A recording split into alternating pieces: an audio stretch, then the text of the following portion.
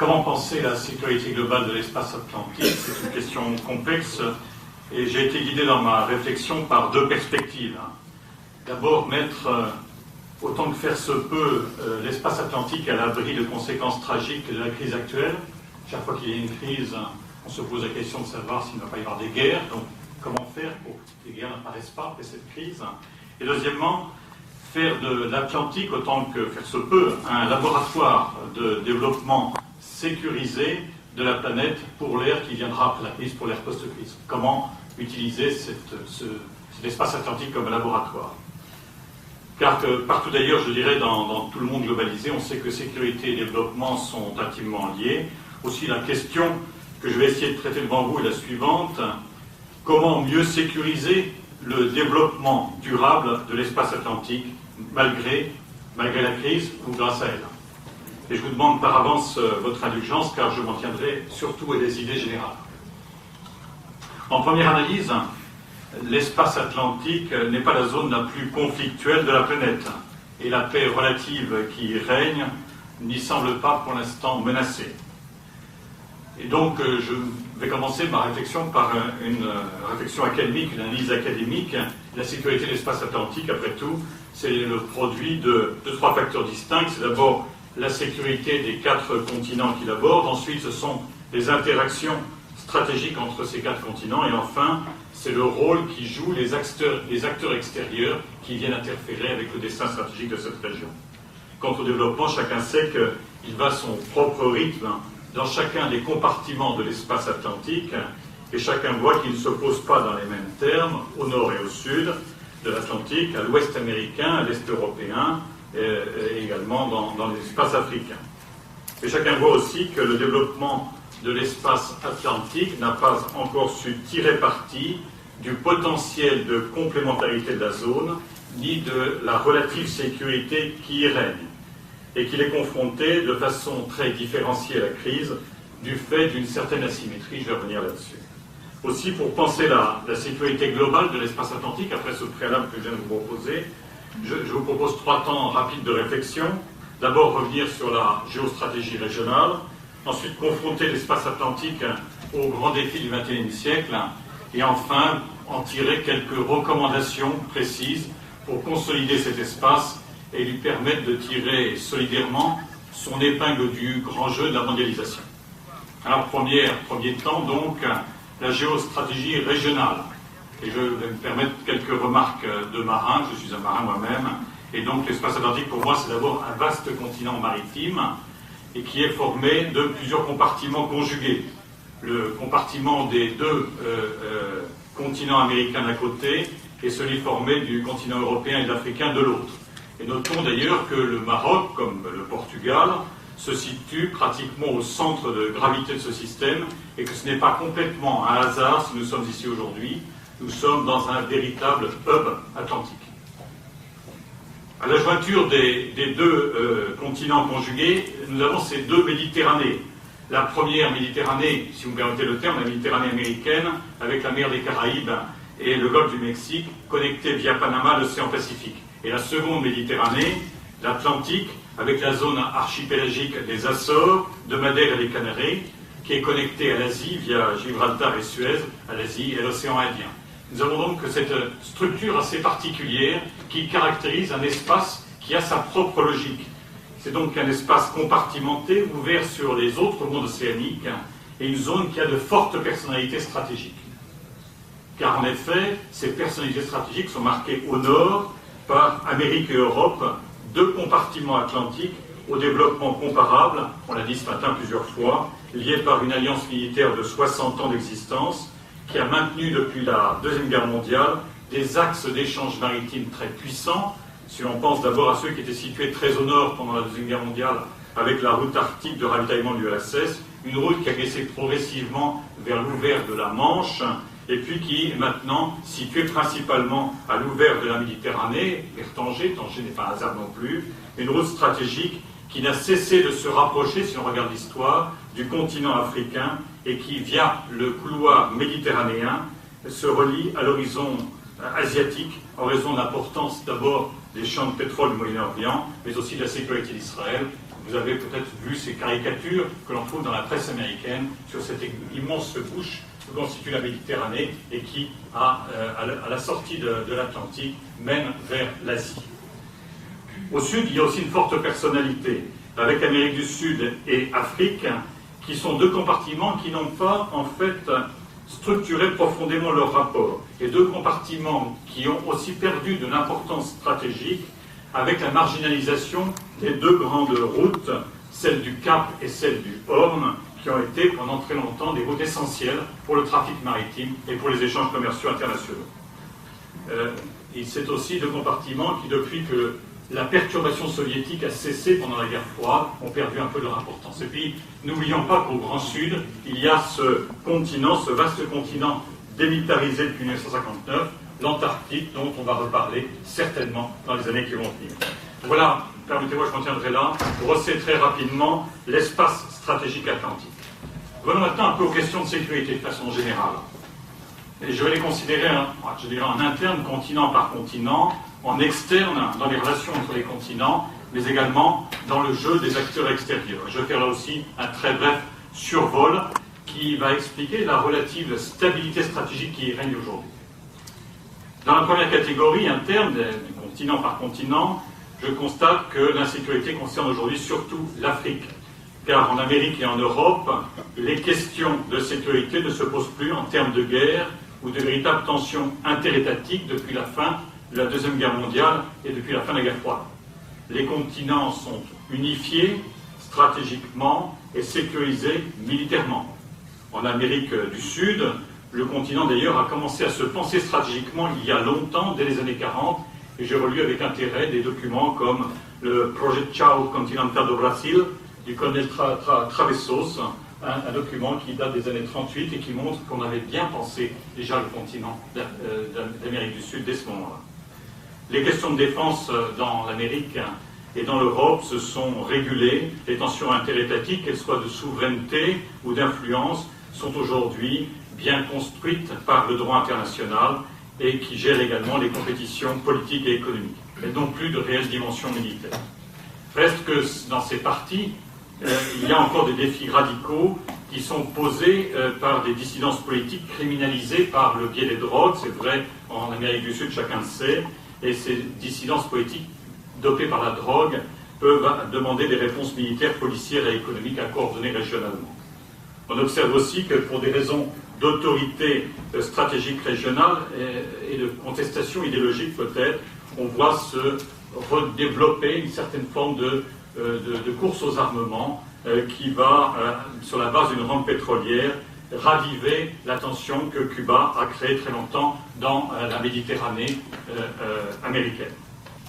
Et puis, il y a pour tous, dans ces compartiments que je viens d'indiquer, cette question des vulnérabilités collectives liées au terrorisme et aux activités criminelles que l'on tente de régler par la solidarité et la coordination policière internationale, sous l'impulsion notamment américaine. La dernière administration avait lancé cette guerre globale contre le terrorisme et il en subsiste la méthode et l'esprit. Reste donc le continent africain et ses questions de sécurité endémiques qui sont alimentées souvent par l'instabilité politique interne et la fragilité d'États qui sont encore jeunes et qui n'ont pas encore établi la totalité de leur autorité administrative sur tous les territoires dont ils ont la charge et qui n'ont pas réussi parfaitement encore à gérer l'ensemble des populations, parfois hétéroclites, qui composent les nations qui sont en constitution. Et donc les conflits ouverts, ils prolifèrent, et c'est là qu'on trouve le plus grand nombre de victimes de guerre ou de victimes de violences armées depuis la fin de la guerre froide. Il est inutile de citer ici l'ensemble des conflits passés et présents qui sont aujourd'hui présents dans le continent africain. Chacun en souffre ici certainement. J'ajouterais qu'il y a aussi ce développement nouveau d'une piraterie. Ce matin, on évoquait la piraterie du golfe de Guinée, dont les actes aujourd'hui représentent le tiers de ceux que l'on trouve dans la corne de l'Afrique. C'est donc un développement important et nouveau auquel il faut être extrêmement attentif. Pour conclure, je dirais ce bref survol de la sécurité des continents, je dirais que nous avons une grande disparité dans la situation du développement, une véritable asymétrie.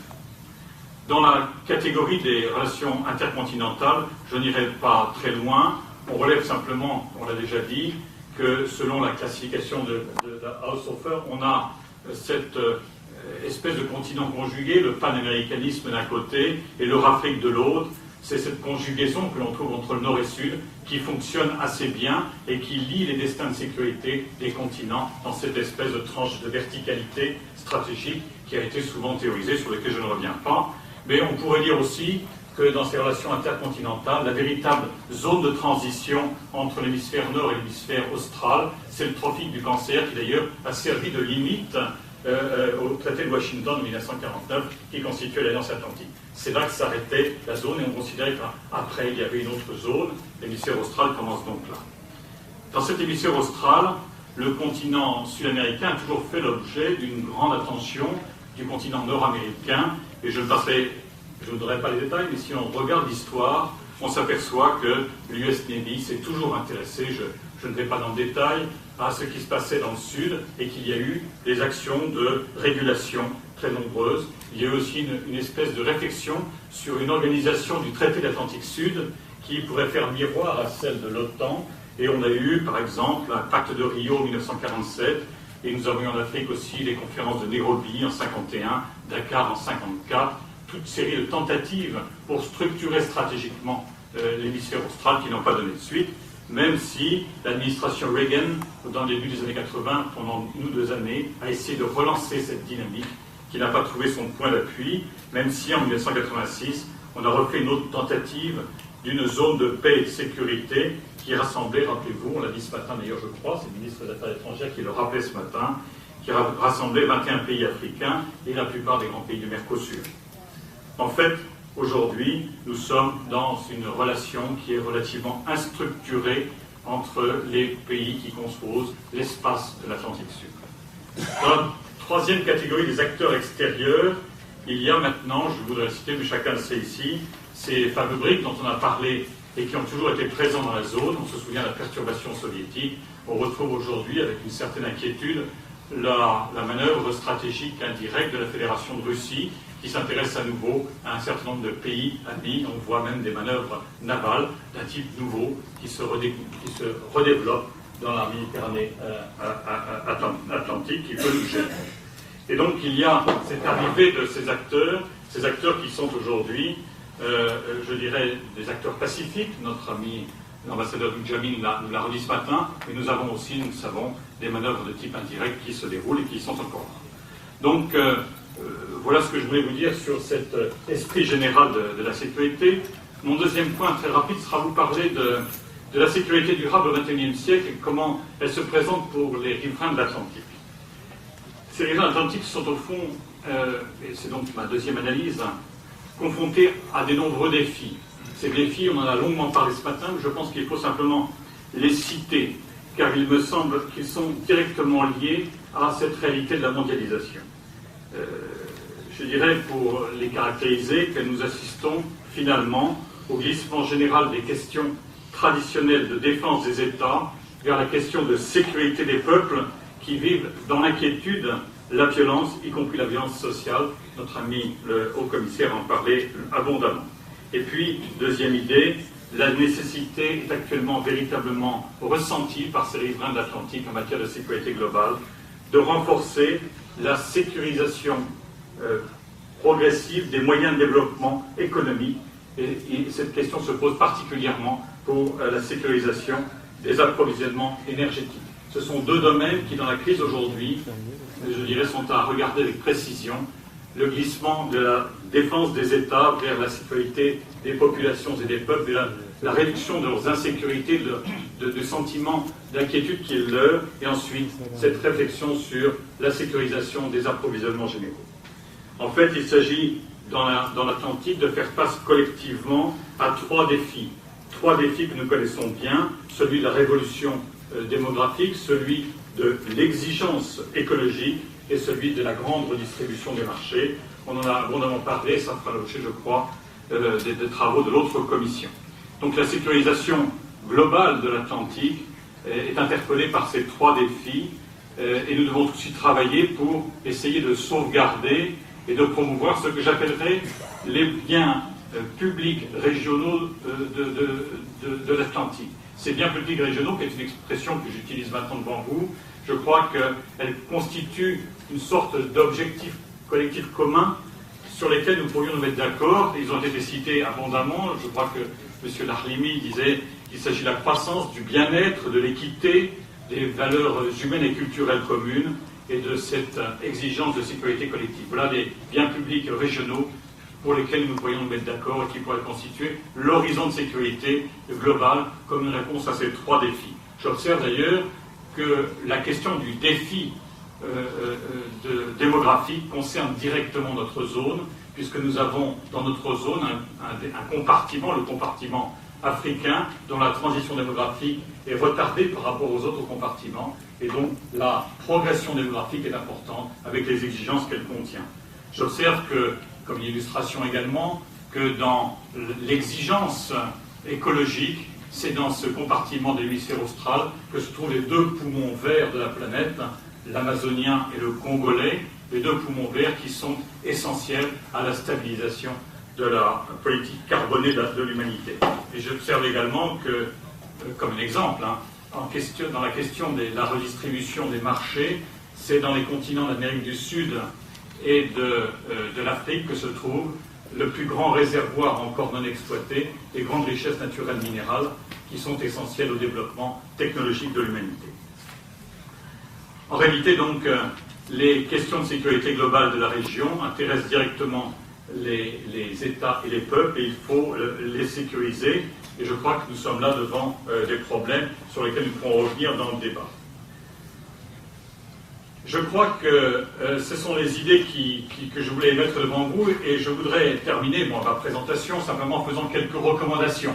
Je suis passé sur quelques aspects importants que je voulais vous délivrer également. Je crois que je voudrais tout simplement faire observer que nous sommes placés devant un grand défi, qui est celui d'avoir à créer, pour rendre pertinent cet espace atlantique qui a été évoqué ce matin, une véritable identité stratégique atlantique. Et pour cela, sans doute, essayer de réduire les asymétries qui existent dans ce grand espace atlantique pour lui redonner, je dirais ça, pour lui donner une nouvelle dynamique. Et je vois que ça doit être une première exigence. Et ensuite, je crois que la deuxième exigence pourrait être, en réfléchissant à cette asymétrie, d'essayer d'avoir dans l'hémisphère austral des instruments d'intégration régionale qui sont aussi puissants que ceux qui existent dans l'hémisphère septentrional. Et pour ça, je voudrais faire donc 4 propositions très concrètes, des propositions qui vont, je crois, dans le sens de la sécurisation globale du développement de cet espace. D'abord, première proposition, je pense qu'il faut que nous fassions un effort général et permanent de consultation stratégique et d'éclairage des riverains de l'Atlantique. C'est, je crois, ce que nous faisons exactement aujourd'hui. On évoquait l'idée aussi de connecter des instruments de prospective stratégique tous ensemble. Je crois qu'il faut créer une sorte de Davos stratégique de l'Atlantique. Et l'initiative tricontinentale atlantique va exactement dans ce sens. Il faut qu'on puisse parler dans cet espace, je dirais, de la sécurité des grandes activités économiques, du développement, des vulnérabilités qui existent dans les 4 continents, et puis aussi du développement de la conflictualité, du développement des armements, parler de toutes ces questions juridiques également, dont on a l'habitude de parler entre les grands continents, le désarmement, et je crois que ceci est important. Première proposition, espace de consultation stratégique et d'échange permanent. Deuxième proposition, je crois que nous avons besoin d'un espace de concertation dédié à la sécurité pour les riverains de l'Atlantique Sud. Un espace qui ferait un peu le pendant de l'OTAN et qui permette les échanges militaires sur la sécurité des activités maritimes. J'ai parlé en introduction du continent maritime qu'est l'Atlantique. C'est un continent qui a besoin d'être sécurisé dans toutes ses activités, et je crois qu'il y a là une réalité qui est très précise. Nous avons un développement d'activités criminelles tout autour de ces côtes de l'Atlantique, et spécialement l'Atlantique Sud, il faut y travailler. Et je crois que c'est ceci qu'il faut faire à Malacca, en Somalie, on s'est organisé, organisons-nous. Troisième proposition, nous avons besoin, je crois, très simplement, et ceci est valable très classiquement entre les continents, d'un instrument de coopération militaire au profit du continent qui est le moins structuré, peut-être, le continent africain, et dans je dirais, dans les échanges que nous avons déjà développés tous ensemble entre continents, à la recherche d'une meilleure capacité collective de maintien de la paix. Je terminerai ma dernière proposition par la volonté de trouver une identification plus claire des intérêts communs stratégiques par la Constitution, et ça sera ma seule proposition d'institution, la proposition qui consiste à dire qu'il nous faudrait une commission de l'Atlantique qui soit active et qui puisse disposer d'un organe de sécurité collective qui réfléchisse au quotidien devant les incidents de sécurité qui peuvent se poser et qui appellent la réponse collective des différents rivaux. Je m'en tiendrai là, pardon d'avoir été un peu long, il fallait brosser le paysage.